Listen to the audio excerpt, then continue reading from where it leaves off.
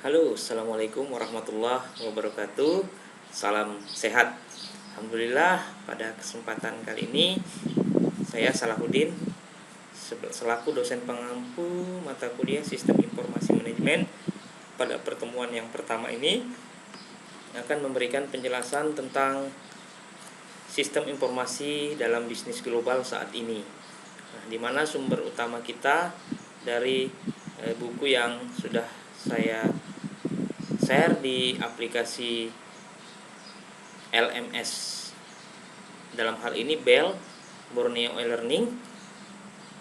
Dan pada kesempatan ini akan saya paparkan tentang sistem informasi dalam bisnis global saat ini.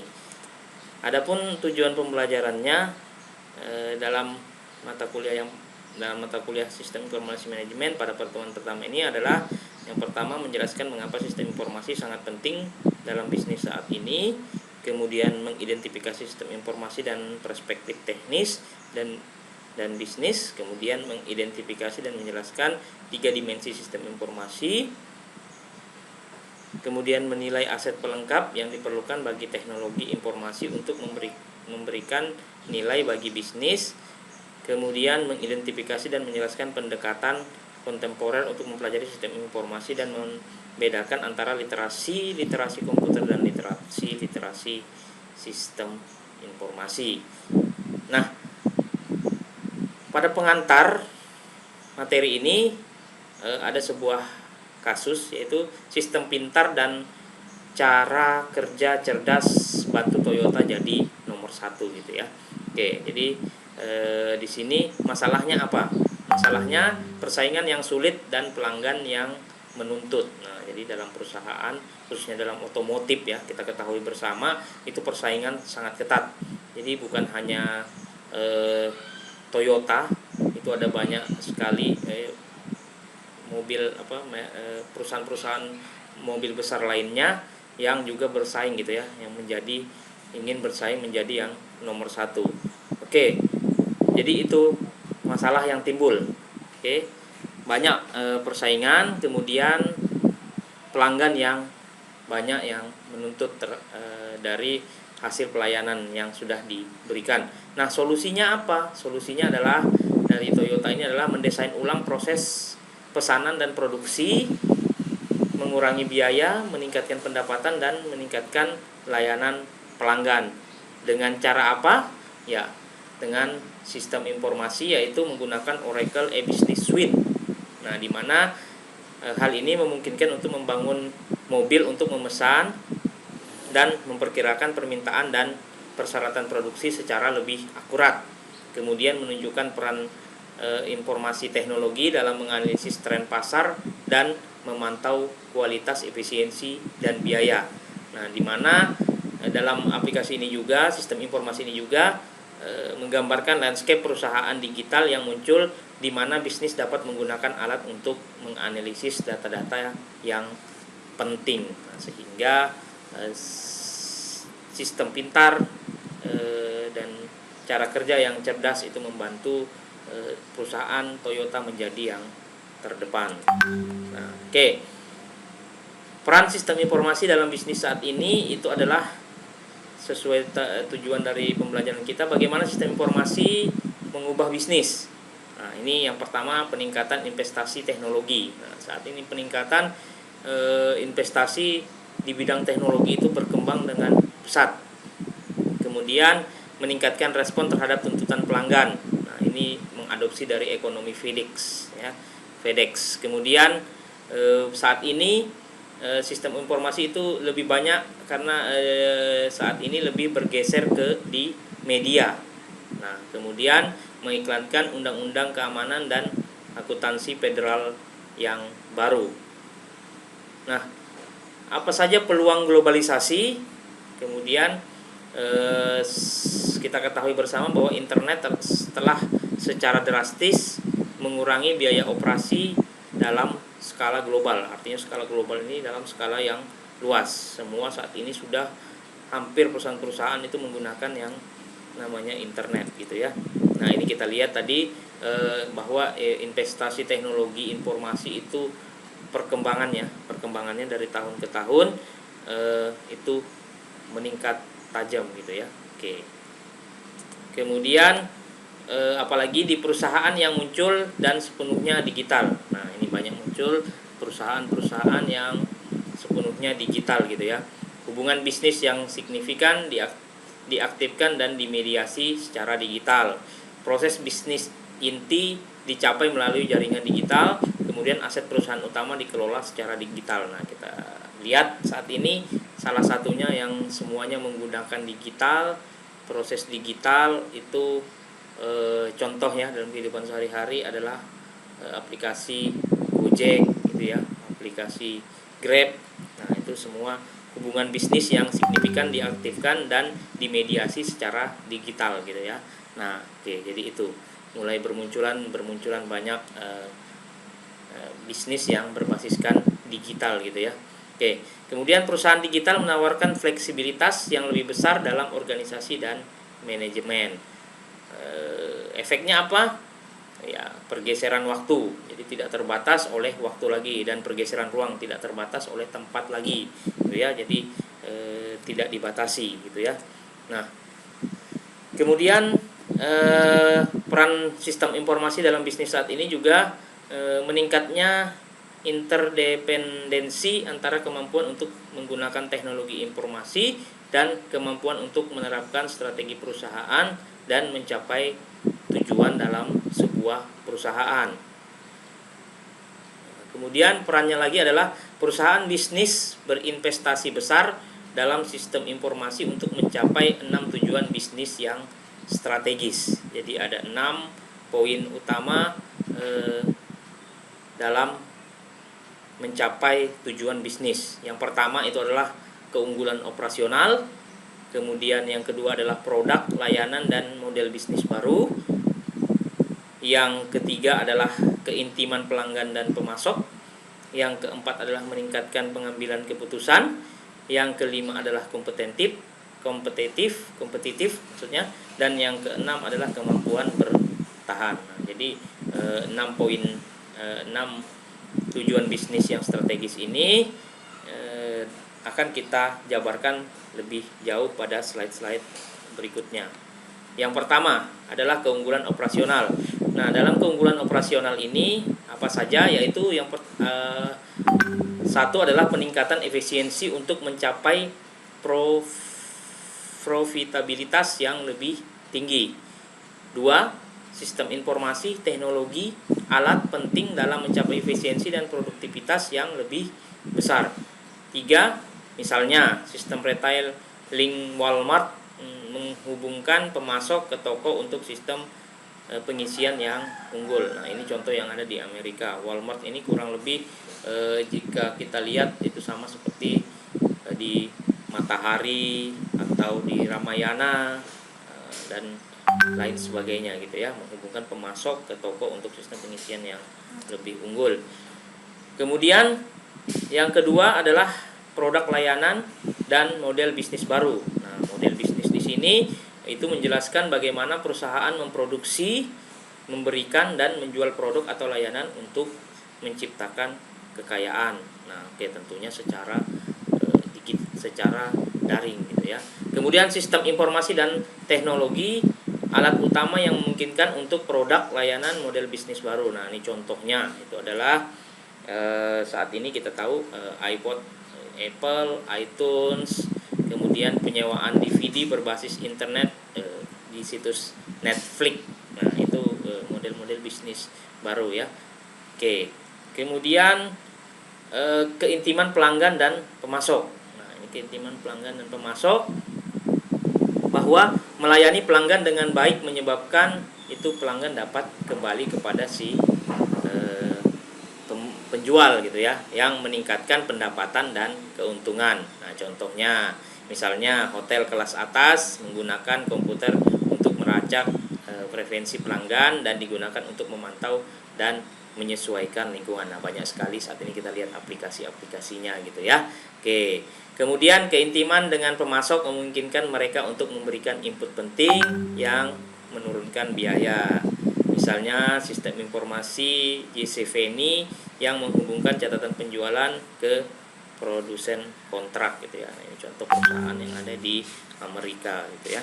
Oke. Kemudian pengambilan keputusan yang telah disempurnakan. Nah, oke. Di sini apa penjelasannya, bahwa tanpa informasi yang akurat itu jika tidak ada memiliki informasi yang detail atau akurat, manajer harus menggunakan perkiraan atau memforecast gitu ya, tebakan terbaik dan keberuntungan.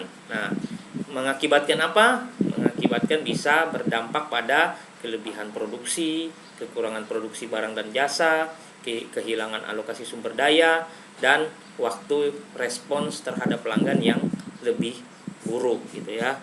Nah, kemudian hasil yang buruk meningkatkan biaya dan bahkan berdampak pada kehilangan pelanggan. Nah, itu ada contoh kasusnya gitu ya. Nah, kemudian berikutnya adalah keunggulan operasional. Jadi keunggulan operasional di sini adalah peningkatan efisiensi untuk mencapai profitabilitas yang lebih tinggi.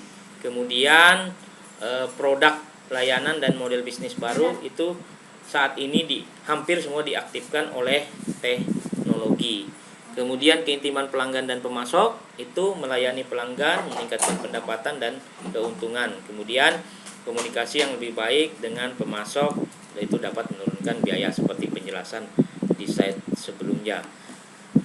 Kemudian apalagi adalah keunggulan kompetitif.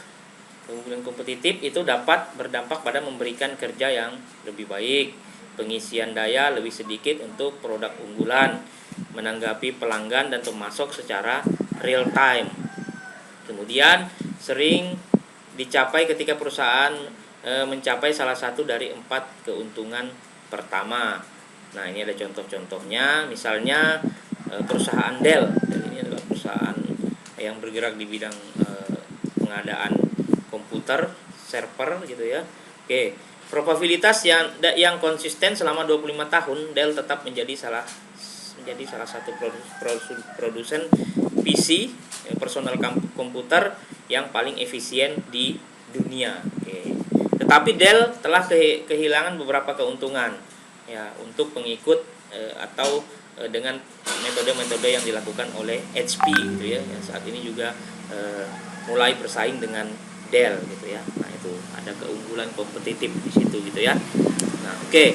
Kemudian berikutnya atau kemampuan bertahan gitu ya. Nah, teknologi informasi sebagai kebutuhan bisnis, mungkin ada perubahan tingkat industri, misalnya pengenalan ATM Citibank, kemudian peraturan pemerintah yang mengharuskan pencatatan. Nah, ini contoh yang ada di kasus-kasusnya gitu ya, misalnya undang-undang pengendalian zat beracun, undang-undang ini yang ada di Amerika gitu ya.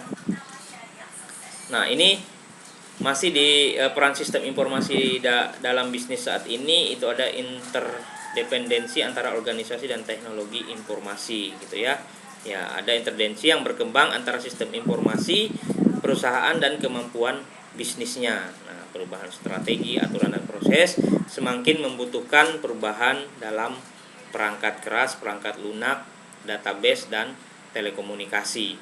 Seringkali apa yang ingin dilakukan organisasi tergantung apa yang sistemnya akan mengizinkan untuk melakukannya. Artinya ini sudah terbalik ya. Banyak sekarang itu perusahaan yang menjalankan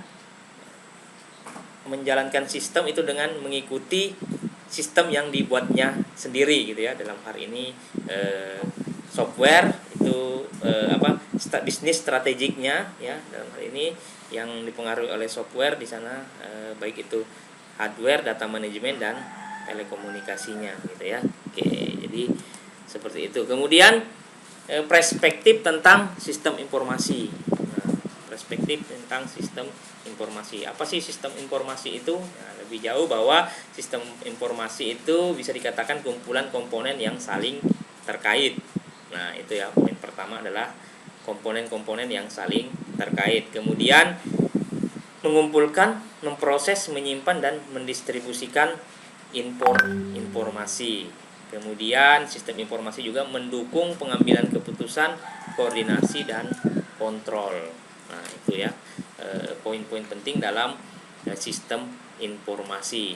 Nah, kita juga berbicara tentang apa sih perbedaan antara informasi dan data. Nah, kalau data itu adalah aliran fakta mentah atau data yang belum diolah, sedangkan informasi adalah data yang dibentuk menjadi bentuk yang bermakna gitu ya. Oke. Kemudian ini contoh gitu ya, perbedaan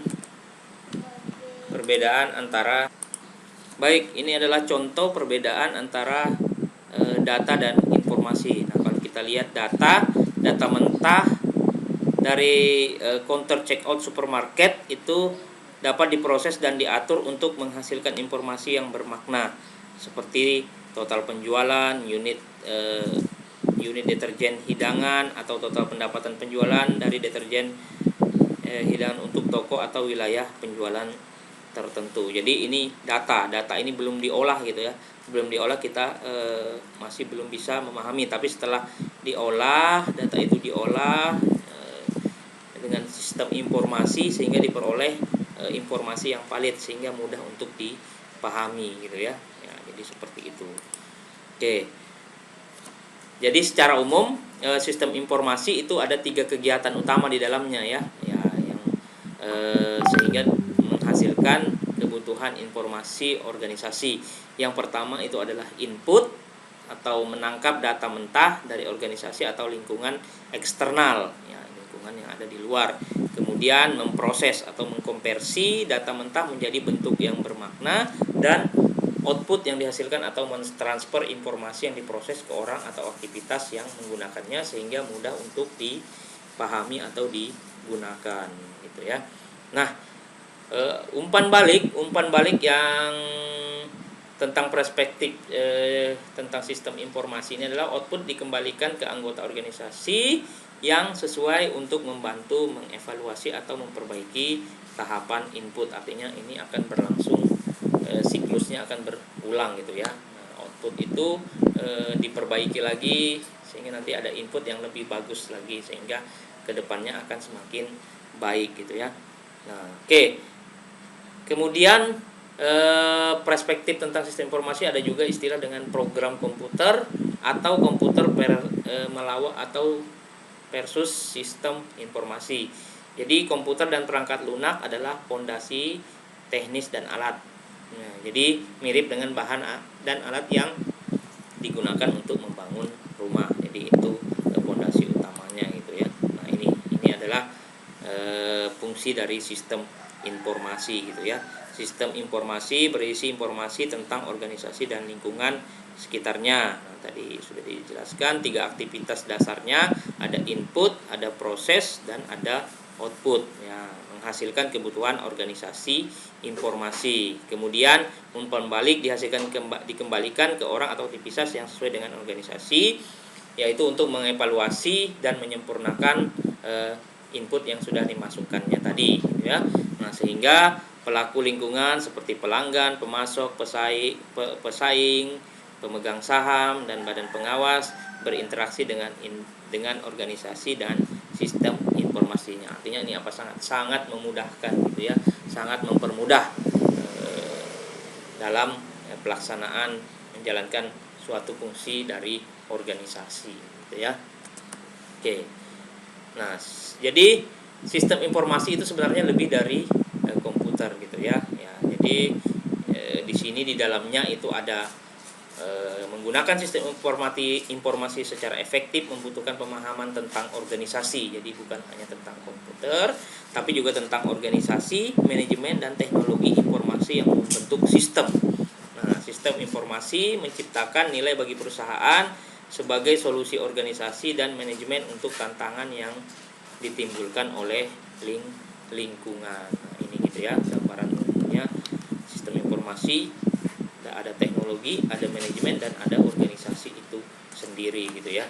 Oke, nah dimensi organisasi sistem informasi di dalam hierarki wewenang dan tanggung jawab itu ada paling atas itu adalah manajemen senior, kemudian middle management atau manajemen tengah, kemudian operasional management, kemudian pekerja pengetahuan, kemudian pekerja data, dan pekerja produksi atau layanan. Nah, ini tingkatnya dalam perusahaan ya.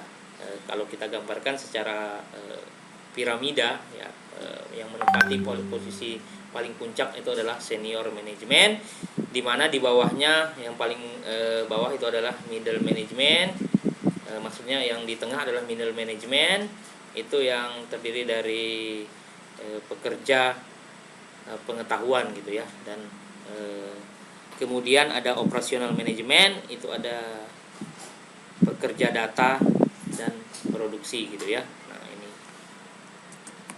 Kemudian dimensi organisasi sistem informasi lanjutan adalah pemisahan antara fungsi bisnis gitu ya. Nah, bisa dipisahkan antara penjualan dan pemasaran, sumber daya manusia, keuangan dan akuntansi, serta produksi dan manufaktur. Ya, jadi ini pemisahan dari fungsi bisnis dalam sistem informasi ya.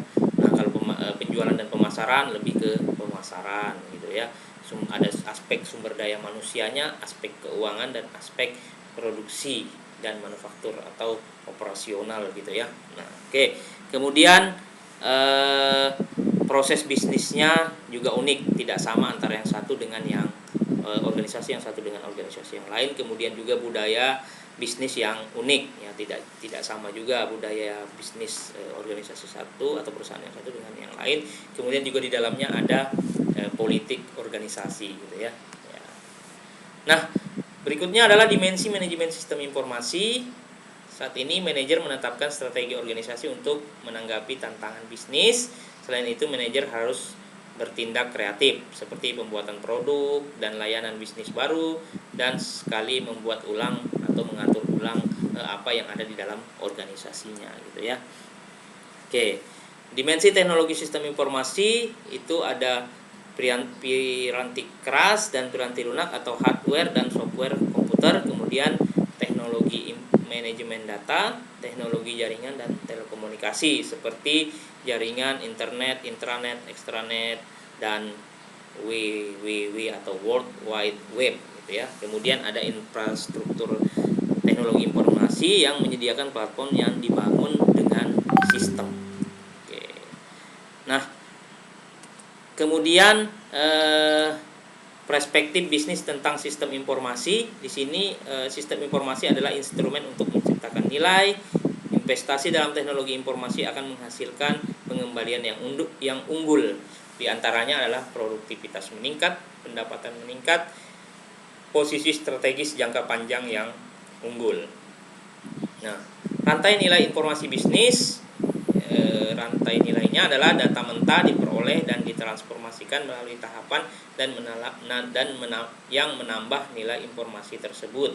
Kemudian nilai sistem informasi yang ditentukan sebagian sejauh itu mengarah pada keputusan yang lebih baik, efisiensi yang lebih besar, dan keuntungan yang lebih tinggi. Nah, di mana perspektif bisnisnya adalah menarik perhatian pada sifat organisasi dan manajerial sistem informasi. Nah, ini kita lihat rantai nilai informasi bisnisnya. Di dalamnya ada bisnis proses dan proses atau aktivitas manajemen ya. Oke. Nah, ini variasi laba atas investasi teknologi informasi ya. Ya.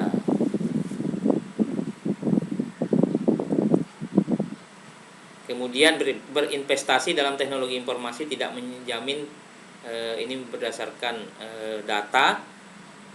Ini berarti tidak menjamin ya, berinvestasi dalam teknologi informasi tidak menjamin pengembalian yang baik. Kemudian variasi yang cukup besar dalam perusahaan pengembalian menerima dari investasi sistem.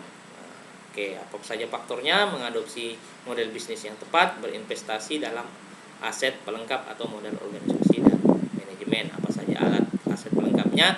Aset yang diperlukan untuk mendapatkan nilai dari investasi primer. Kemudian perusahaan yang mendukung investasi teknologi dengan investasi dalam aset komplementer menerima pengembalian yang unggul. Misalnya berinvestasi dalam teknologi dan orang-orang untuk membuatnya bekerja dengan baik. Nah, Ini ada aset komplementer, investasi organisasi, investasi manajerial, dan investasi sosial gitu ya. Oke. Kemudian berikutnya adalah pendekatan kontemporer terhadap sistem informasi. Itu ada banyak, ada beberapa poin gitu ya, ada beberapa studi sistem informasi berkaitan dengan masalah dan wawasan yang berkontribusi dari disiplin ilmu teknis dan perilaku, berkaitan dengan manajemen informasi sistem, berkaitan dengan ilmu ekonomi, ilmu sosiologi dan psikologi ya, behavioral approach atau pendekatan secara behavioral, dan pendekatan secara teknik itu ada riset operasi, ilmu komputer atau computer science, dan ilmu manajemen atau manajemen science gitu ya. Oke, jadi ini pendekatan dari manajemen information system atau sistem informasi manajemen. Ini kemudian pendekatan teknisnya, kemudian tadi sudah disampaikan, menekankan model berbasis matematis, ilmu komputer, ilmu manajemen, dan penelitian operasi. Kemudian perilaku atau pendekatan perilaku, masalah perilaku termasuk di dalamnya ada integrasi bisnis, strategis, implementasi, dan lain-lain. Dan sudah dipaparkan tadi di dalam gambar, ada psikologi, ekonomi, dan sosiologi. Nah, ilmu informasi manajemen ini secara umum menggabungkan ilmu komputer, ilmu manajemen, penelitian operasi, dan orientasi praktis dengan masalah perilaku. Nah, adapun 4 aktor utama adalah pemasok perangkat keras dan perangkat lunak. Jadi hardware dan software, kemudian perusahaan bisnis, kemudian manajer dan karyawan, dan lingkungan dari perusahaan itu sendiri, yaitu bisa dalam konteks hukum, sosial, dan budaya. Oke, saya rasa itu penyampaian materi pada pertemuan pertama. Saya akhiri, billahi taufiq wal hidayah. Wassalamualaikum warahmatullahi wabarakatuh.